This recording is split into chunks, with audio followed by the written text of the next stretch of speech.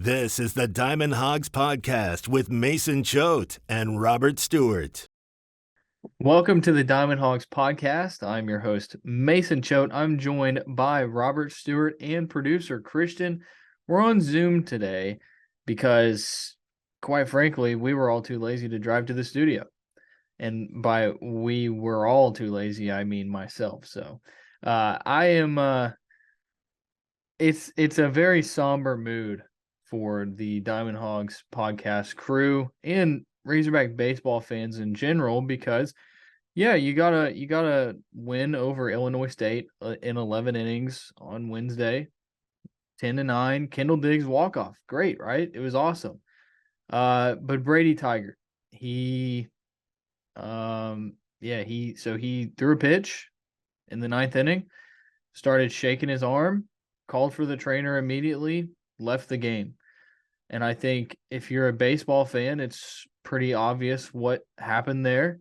And really, it's just a matter of time until news breaks that he's probably done for the season with with some type of UCL injury. I mean, I don't like to speculate on injuries, but can we all agree that that's as much of a sign as it gets when he shakes his arm, he points to the elbow, and he leaves the game? Right? I mean, like you said, don't want to speculate, but that's not what you want to see in a midweek game. I mean,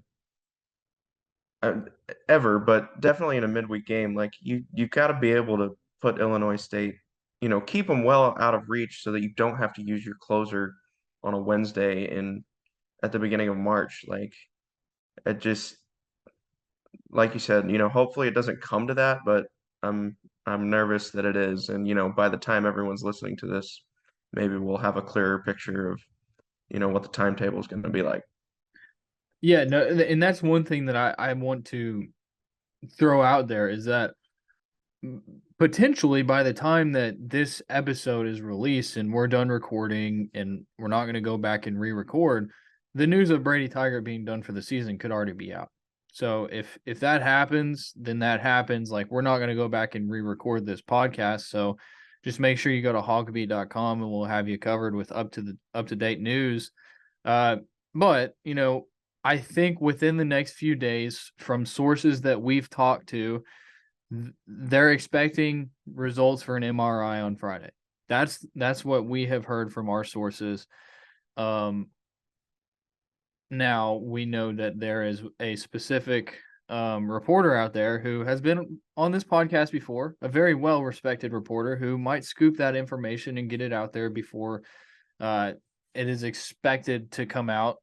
So that could happen, and I'll let you figure that one out on your own. But anyways, you got to lead the show off with that because that's your closer. It's one of your best pitchers. It's a guy you're going to rely on a lot this season. And now potentially Arkansas is down two of their best pitchers because of a UCL injury. Jackson Wiggins not going to throw ever again at the University of Arkansas.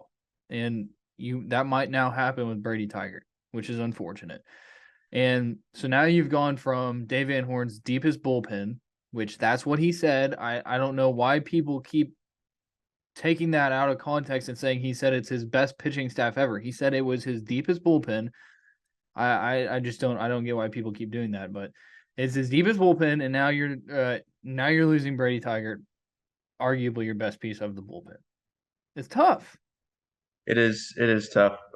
There's really not an easy path out of this when, literally everybody else, maybe except for Cody Frank, has struggled in relief. What else is there to say? I don't know. Christian, you have anything? No, we were if we didn't have that injury, like that would have been what we call a midweek classic right there. Like that was something that, another Diggs walk off, another fun night at the ballpark, and it's just definitely killed the mood. And I don't know if you guys noticed on the you didn't see on the broadcast, but he actually shook his arm like a pitch or two before that, and then obviously he threw it again, and definitely he did something wrong. Whether it's a forearm or just some tightness, I think he's definitely going to miss significant time regardless of what it is. Hopefully it's not super long term, but it probably is. Yeah, I actually had somebody DM me. I'm pretty sure he listens. It's Dennis Meters on Twitter. He's Bomb Squad on Twitter. He's a big Razorback baseball guy. He said in the 8th inning, Brady Tiger was showing some discomfort. So I went back and rewatched it. He did look uncomfortable, but I couldn't tell if it was the like the elbow situation or if it was just because like he was giving up hits and he was just trying to figure stuff out. There was one moment where he kind of just like moved his shoulder around, and so like that's not the elbow, of course, but he did look uncomfortable in the 8th. I just don't know if that was related to what happened in the 9th inning.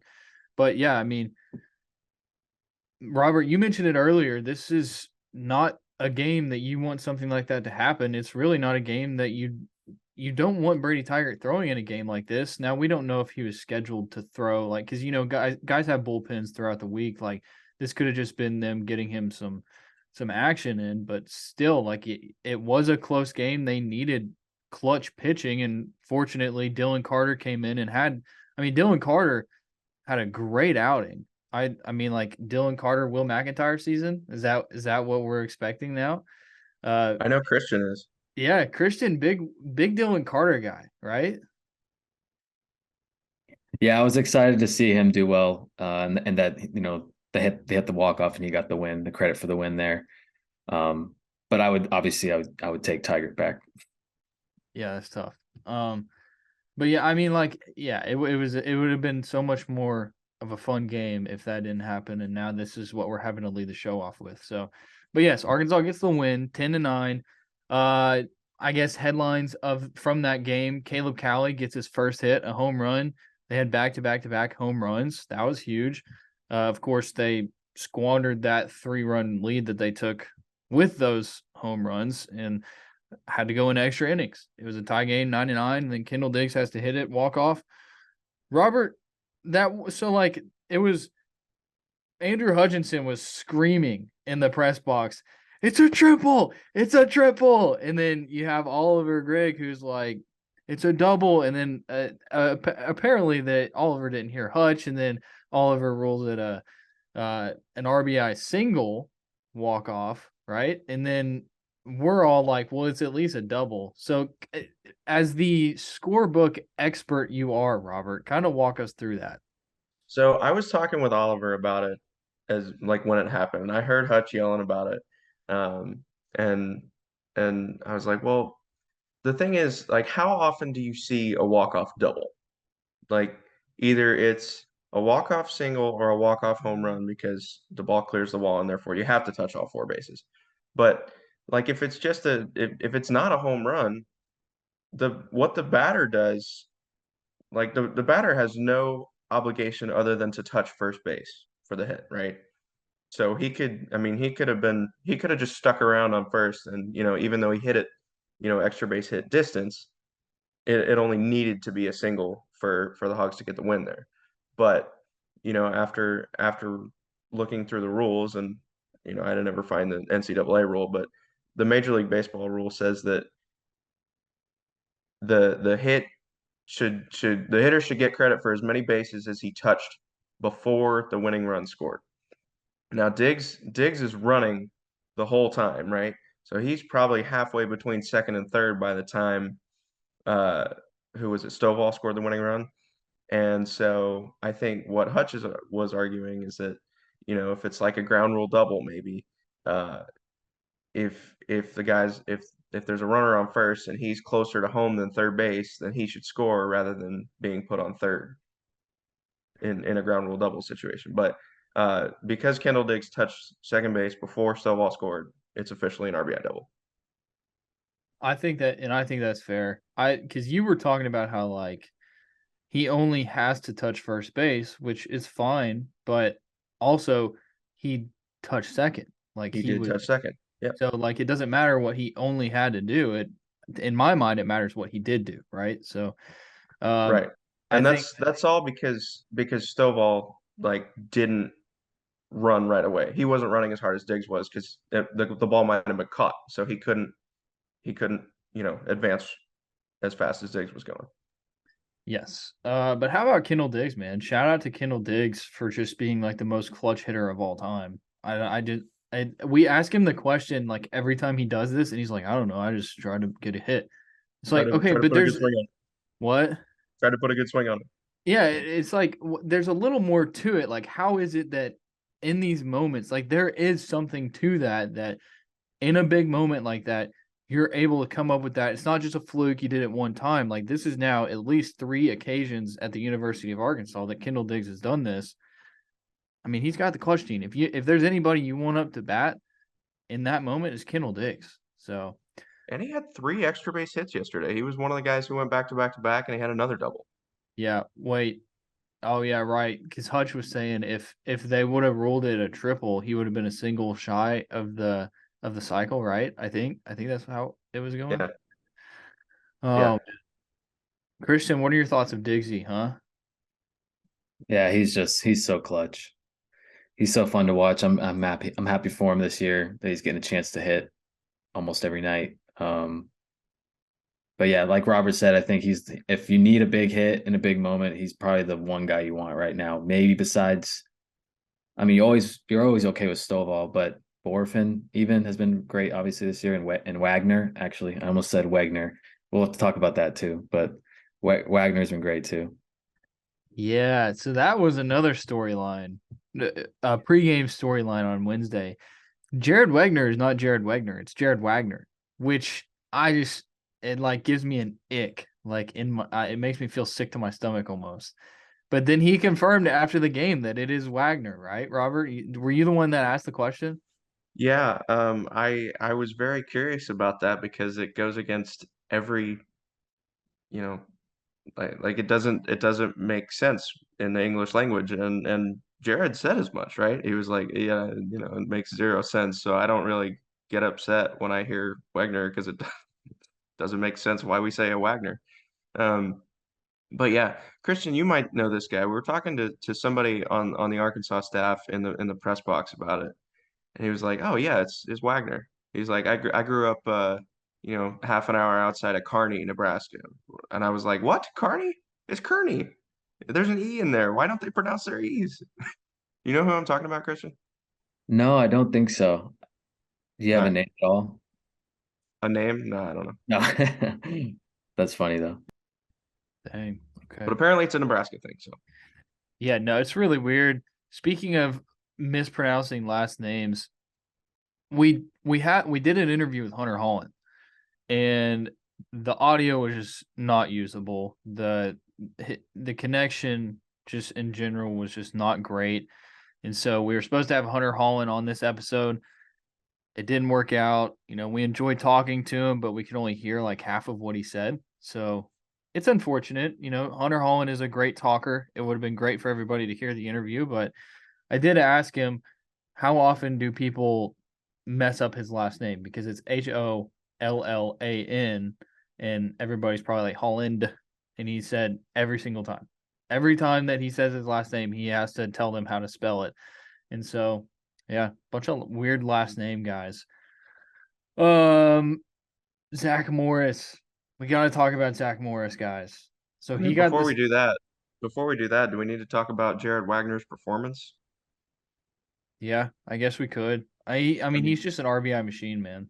That's all He he is. is. He is. He was 3 for 5 with 3 ribs. Had a And tank and as well. I got to tweet out the Jared Wagner tank. This is his weird. It's weird saying Wagner. I don't like it, man. it was his first at Baum Walker. It was a big accomplishment for him. Yeah. Yeah, that it was a great swing, and like he like leaned back too, and it was so good on the TV broadcast. It was So what, 433 feet? Yeah, so did he pimp it, Christian? I think people were I saying don't know if he quite pimped it, but he leaned back and watched it for probably half a second there. that's fun.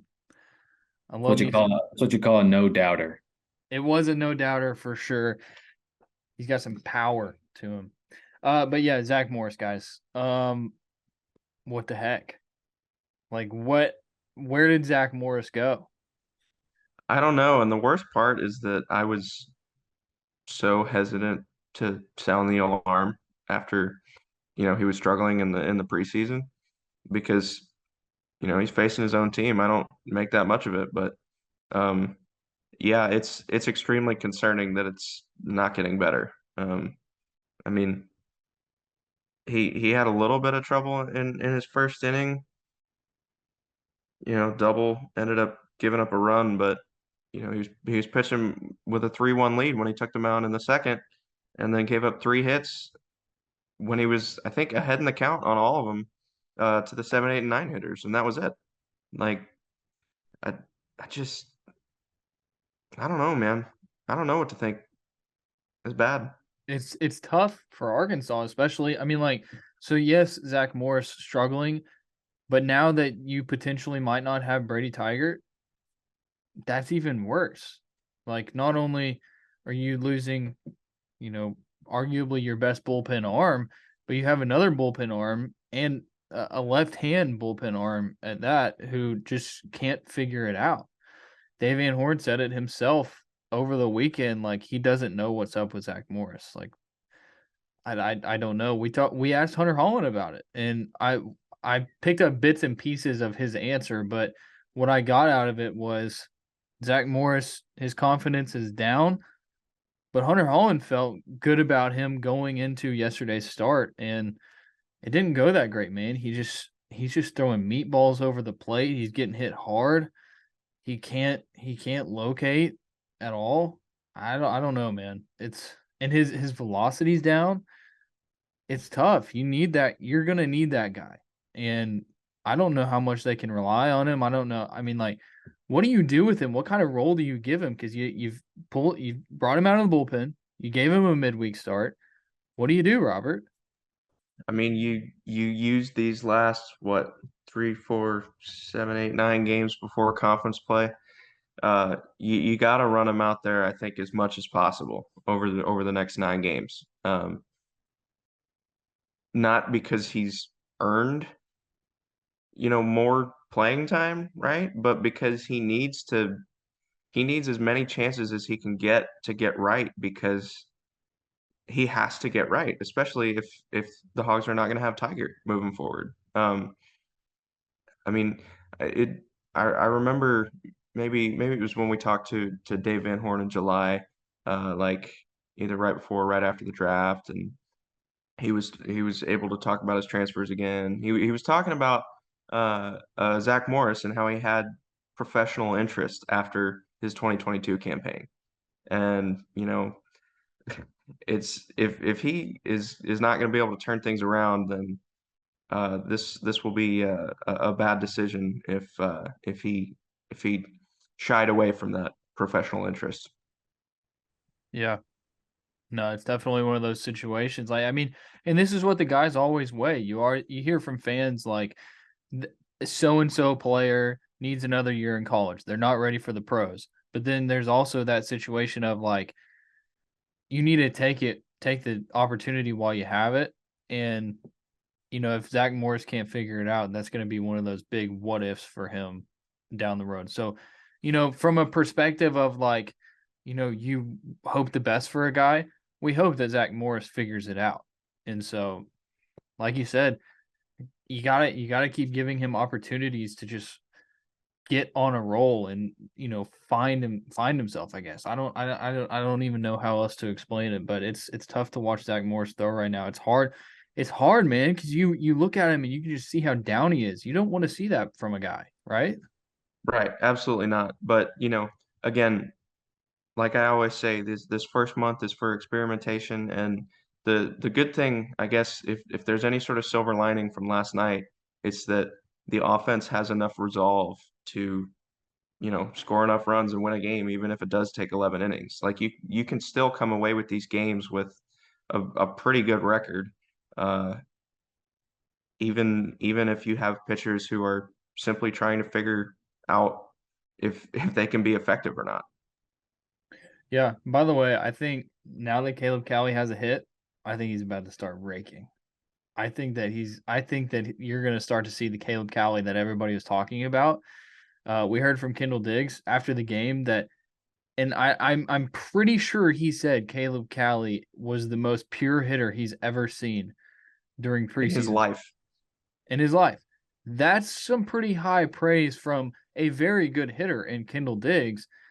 Caleb Cali gets the home run, which is also his first hit as a Razorback, which is also his first hit at Baum-Walker Stadium, which is also his first home run at Baum-Walker Stadium. I think he's about to go on a tear, man. I mean, like that's the only reason that Caleb Cali has not been a daily starter at third base, right? Because he hasn't had a hit. I mean, because he's very serviceable at third. I don't think that the reason that they've been trotting other guys out there is because they need a better fielder. I think it's because Caleb Cali couldn't hit, right? Right. I mean, the Caleb Cali's in the lineup because he has a big league bat. I mean, everybody we talked to after scrimmages over the offseason, maybe not saying the purest hitter they've ever seen in their life, but honestly, like close to it. Like I think we talked to Hunter Holland after one, and he was like, he's a big league ready hitter. That's what we heard from Nate Thompson when we got to talk to him. I mean, everybody recognizes that Caleb Cali has some really special potential at the plate. And like you said, hopefully this one home run turns into a run before conference play gets going, and he can be the everyday starter. Absolutely. Robert, I just love your background, man. I love that I can only see half your face. I thought I had it figured out like I did the other night with the Cody Frank interview, but it's just in and out, and I don't know what's going on right now.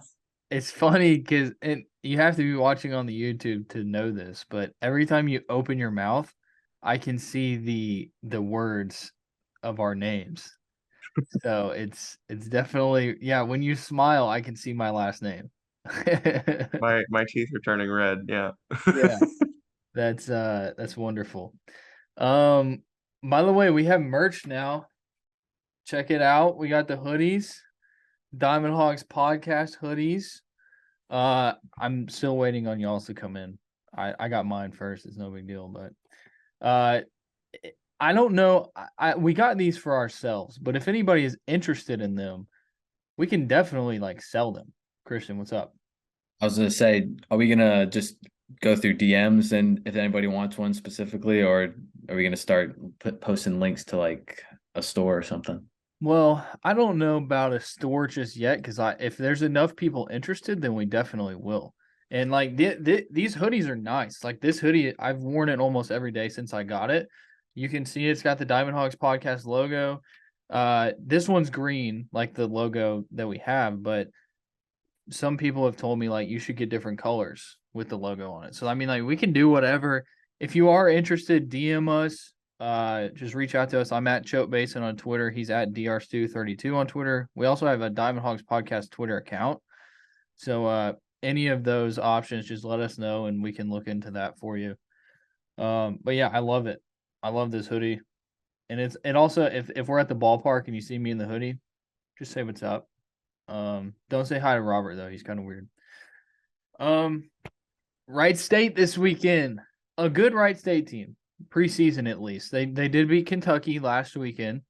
Robert, you got the rundown on Wright State. Well, it is a rundown of sorts. I have located the three guys I think will start for them, or at least two of them. The first guy is a junior right-handed pitcher named Jake Shirk.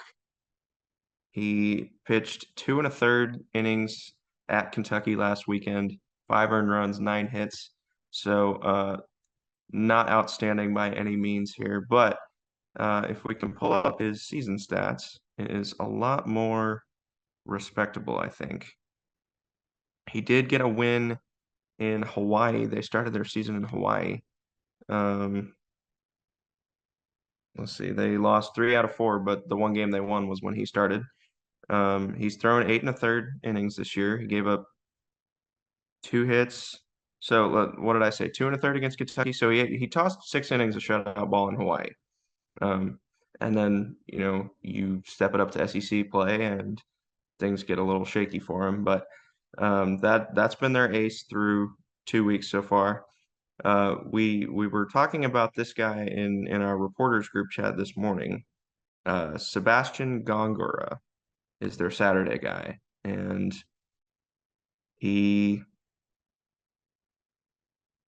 also got the win, or no, not also. He did get the win against Figure Kentucky. it out. He did get the win against Kentucky. But his line was interesting. He gave up 2 runs on 1 hit. He walked 4. He struck out 4 in 5 innings. So not sure quite what to make of that. On the year, he's got a sub-2 ERA, a sub-1 WHIP, 10 innings, 2 earned runs. Opponents are hitting just 147 against him, so could be a bit of a struggle for the Hogs, depending on how hard he throws. And it was interesting in the Illinois State game on Wednesday. It seemed like the hardest throwing Redbirds were the ones that got hit the hardest because the Hogs are used to, throwing against or hitting against pitching of that speed. And then when they threw the softer throwing guys out there, then they struggled a little bit. That guy, Elijah Dale, shout out to him for throwing 3 2/3 innings of relief after the back-to-back-to-back home runs. He really kept him in that game. Okay, so that's 2 guys for Wright State. The other remains to be seen. We haven't gotten official confirmation on a Sunday starter yet. So not really sure what to make of this guy, Alex Theis. He has a 43.87 ERA in 2 starts. He's given up 13 earned runs in 2 2/3 innings. So does he get another crack at the rotation? I don't know. Are you done? With pitchers, yeah. You want to talk about something else now? No. I was just saying, like, I couldn't tell if you were done or not. Yeah, no. We need to get Matt Goodhart on and ask if there's something to going up against a guy that has lower velocity and it being tough, because Matt Goodhart knows a lot about hitting. Great friend of the podcast. And Arkansas struggled against Grambling, right? And those dudes were like throwing no harder than like 82 miles an hour. So if you, I think it is good because these Wright State pitchers are going to throw harder. Like, I think Arkansas is going to be fine. Preseason, I picked Wright State to win 1 game. I don't know. It's tough now because they don't have Brady Tygart. There's potentially going to be a doubleheader on Saturday because of the weather. If there's a doubleheader on Saturday, then that, I think, gives Wright State a better chance of getting a win. I don't know. What do you think, Robert?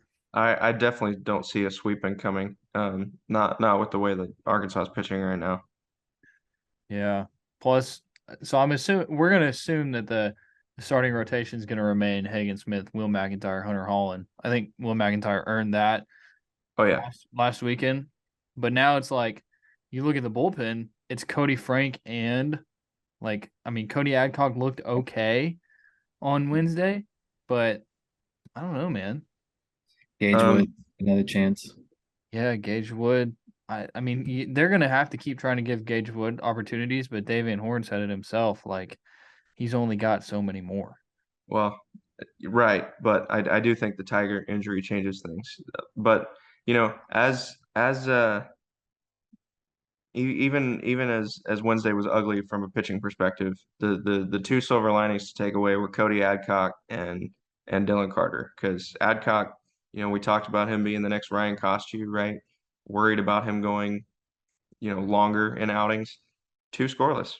That was important, I thought. And then Dylan Carter, the way he stepped in a high leverage situation, really cold. Like, I mean, he was up, but he didn't get to throw a pitch really on the mound like before. Like, he got thrown into a 1-1 count, and he made things happen for the Hogs. So those are 2 guys that I expect to see more often in the absence of Tiger and as of this recording, the expected absence of Tiger.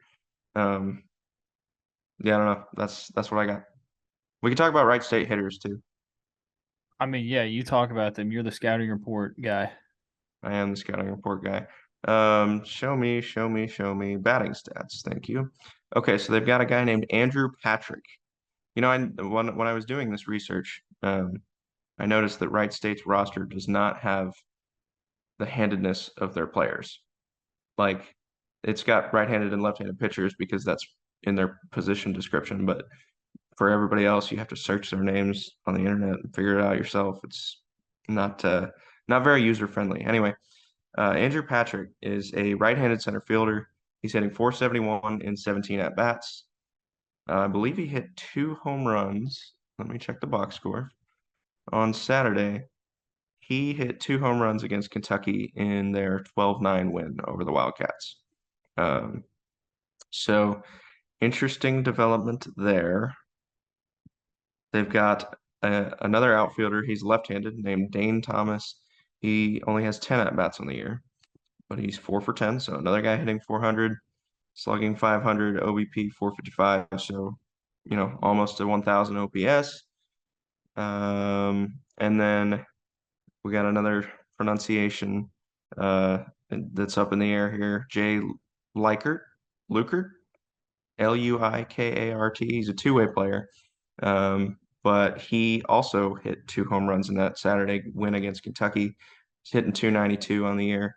I saw that he made a relief appearance on the mound against the Wildcats, so I don't expect him to get that third start because I think they're going to want to keep his bat in the lineup. And those were the guys who stuck out to me as far as Wright State hitters go, but there will be a full breakdown on HawgBeat.com Friday morning. HawgBeat.com, HawgBeat.com. We are the Rivals website covering the Arkansas Razorbacks. You're not going to find better coverage of the Arkansas Razorbacks anywhere. I'm the managing editor. Robert is the designated baseball boy. A lot of great coverage over at HawgBeat.com, including great recruiting stuff from Daniel Fair. He's been killing it.